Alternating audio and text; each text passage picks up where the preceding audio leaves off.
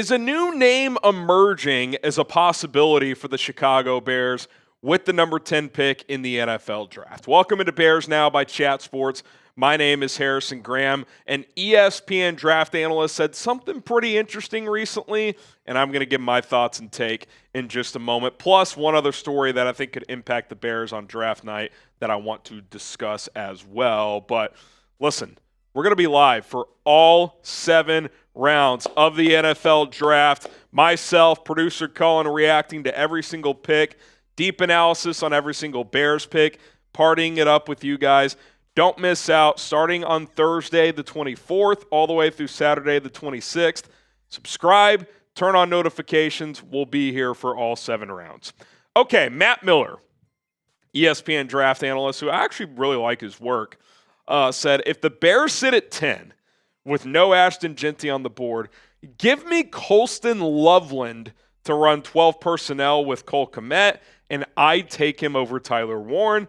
Better mover, better blocker, better route runner. So let's talk a little Colston Loveland, the Michigan tight end, and if he could be a fit with the Chicago Bears. And look, some draft analysts just like him better, period, on their overall big board than Tyler Warren. I would say, if I had to guess in NFL circles out of 32 teams, I'd say Warren is higher on probably 20, 22 boards, Loveland 10 to 12. I don't think it's unanimous. I think they're both really, really good prospects. You look at his last couple of years at Michigan, obviously this year, they did not have good quarterback play at all, but still had 56 grabs and almost 600 yards, 5 touchdowns. You saw the year before with the more capable offense and quarterback and J.J. McCarthy, less catches, but you saw like the more explosiveness, right? 14 yards per catch, et cetera. He was able to generate more big plays for that offense because they were just more balanced, and that created more opportunities for him as their leading pass catcher. I didn't want to make it clear. I think he's a really good prospect. I like Colston Loveland a lot. I don't think he's a great blocker, but neither is Tyler Warren. But he's probably like a smoother player, if that makes sense, than Tyler Warren, especially is just a true tight end. Like, to me, this debate between him and Warren is pick your flavor. If you want a more traditional tight end that can do kind of what you would want out of your tight end, both as a receiving weapon and as a blocker, then yeah, Colston Loveland might be your guy. And you could even argue as a pure tight end, his ceiling is higher. He kind of glides when he runs, like you can see the smoothness. But if you want a guy who's just a weapon, who can do a variety of different things that, to me, pigeonholing him as just a tight end is a disservice, then you take Tyler Warren. And that's why I'm more of a Tyler Warren guy, because I already have a good traditional tight end in Cole Kmet. So I look at Tyler Warren as a guy, and it's just my opinion. Clearly Matt Miller feels differently. I think Warren can complement Cole Kmet in this offense better. He's physical after the catch. He's a rugged player. He can hold his own as a blocker as well. I'd say they're both similar blockers in terms of capability. I'd say average. Not bad, but clearly can improve. We've talked about the extracurriculars you can do with him. I think you can split him out wide, throw jump balls to him. I think he's a better contested catch guy than Colston Loveland. Sure, he may not be the smoothest player of all time. He's got some of that ruggedness. Like Loveland, as a receiving tight end, probably profiles more as a Travis Kelce. Not that he'd be Kelce, whereas I think Tyler Warren with the ball in his hands is kind of like Gronk, like good luck tackling him. And I just think with Ben Johnson as your coach and as your play caller, I prefer Warren because you can do more things with him. And we know Ben Johnson is a creative guy that the second they drafted Warren, he'd probably have 10 different play ideas in his head that he would try to get him the ball in a variety of different ways. Regardless of who you like better, and regardless of if they take a tight end in the first round or not, you're going to have to add at this position. You cannot go into week 1 with Cole Kmet, Durham Smythe, and Steven Carlson. You could have all 3 of them on your 53, but that better mean you've added a 4th guy.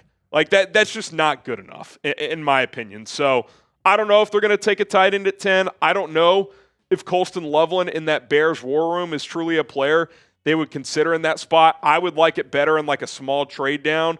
Now, I think Indianapolis at 14 is a spot where if he's there, they would heavily consider that because they need a tight end desperately. But maybe Miami trades up 3 spots and you took him at 13 and picked up an extra third or something like that in the process.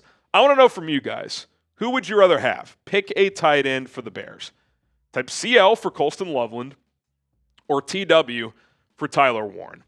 I like Warren specifically for this team, but there are teams out there where I can hear the argument like Loveland for that team probably makes more sense. So I'm a TW guy overall, but especially for the Bears. Now, again, when you look at this worst-case mock draft scenario, which we've outlined a couple of times, in this scenario where all 9 of these players go and the guys I really like for the Bears, like Campbell and Graham and Jeanty and Mimbu and Green and Warren, if they're all off the board, in this outcome, especially if you can't find a trade down, I'd be okay with Colston Loveland in that scenario. He'd be in a group of about 5 players I would consider. Like a Colston Loveland, a Kelvin Banks, a Josh Connolly, a Walter Nolan, a Derek Harmon, a Marion Hampton. Those would be the type of players I would consider at 10 in that scenario. So I don't think it's some egregious take by Matt Miller. I disagree that I would take him over Tyler Warren if both were available. But in a vacuum, Colston Loveland going number 10 overall in this draft, I could see it.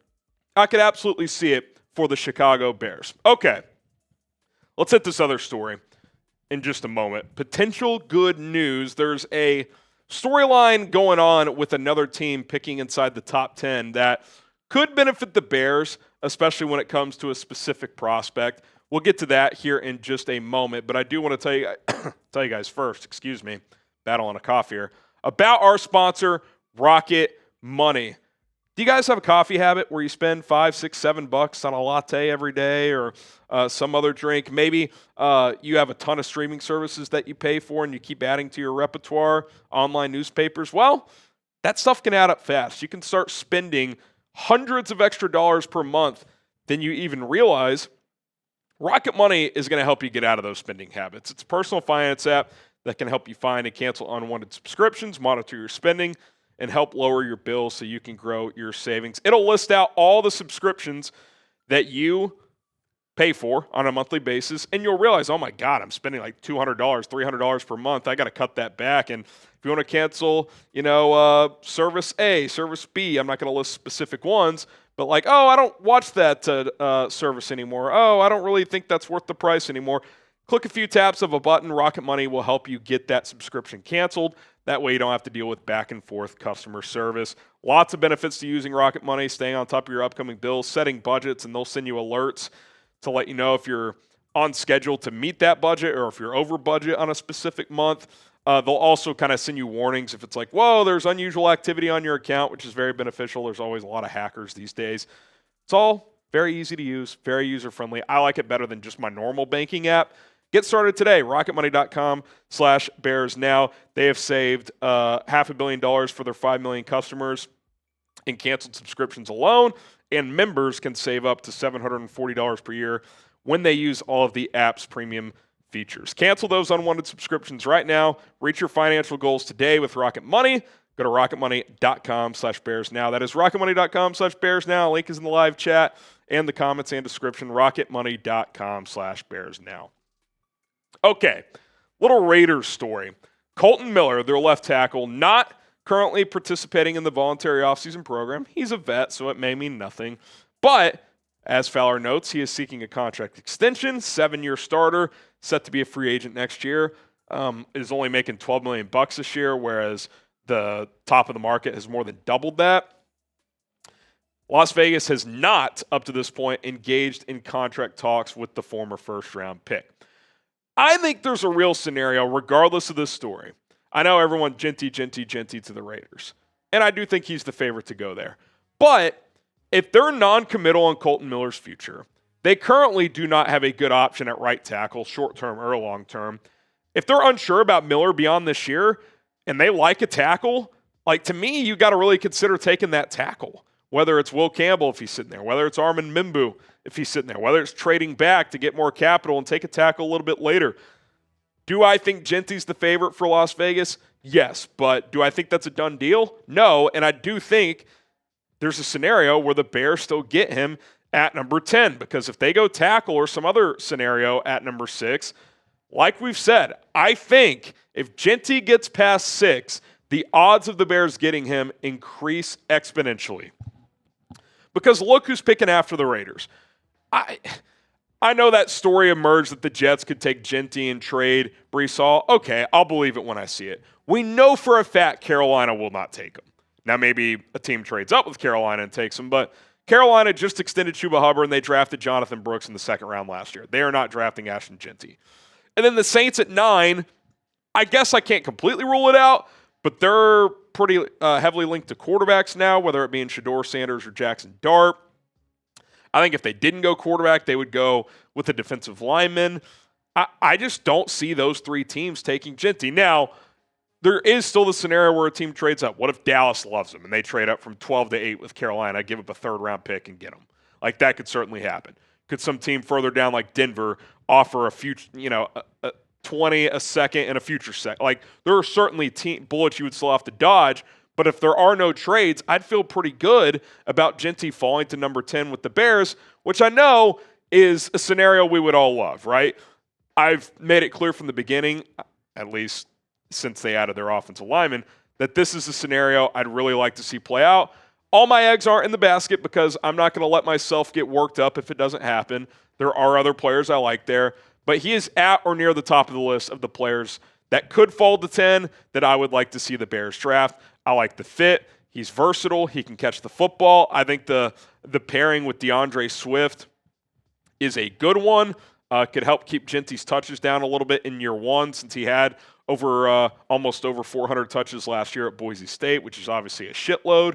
The Raiders are the key because I don't think he goes before Vegas. And if he gets after Vegas, I think he could get to 10 for Chicago. And remember last year, we saw that footage kind of emerge that Ryan Poles thought about pulling the trigger to move up for Rome Odunze, and they ended up not doing it, and he fell to them at 9. You could see that play out again. Does he get antsy and trade up to try to get him? Does he play it out and see if he gets there at 10? Really comes down to what their big board looks like. All right, who do you guys think lands Ashton Jeanty? Type R for the Raiders, B for the Bears, or O for other. I think it's one of those top 2 teams. Hopefully it's the Bears, but I would concede that the Raiders are the favorite, but I don't think it's a done deal. I really don't. I think tackles in play. I think trading down and taking a corner is in play. Hell, maybe the Raiders and Bears trade. I wouldn't rule that out. Bears offer, 72 to move up to 6. Who knows? We'll have to wait and see how it plays out. All right, we're a week away from the NFL draft. It's going to be very, very exciting. Be sure to subscribe to the channel. We have you guys covered on every draft update, news, rumor item that's out there. A couple more mock drafts down the stretch here, so be on the lookout for those. Bear down.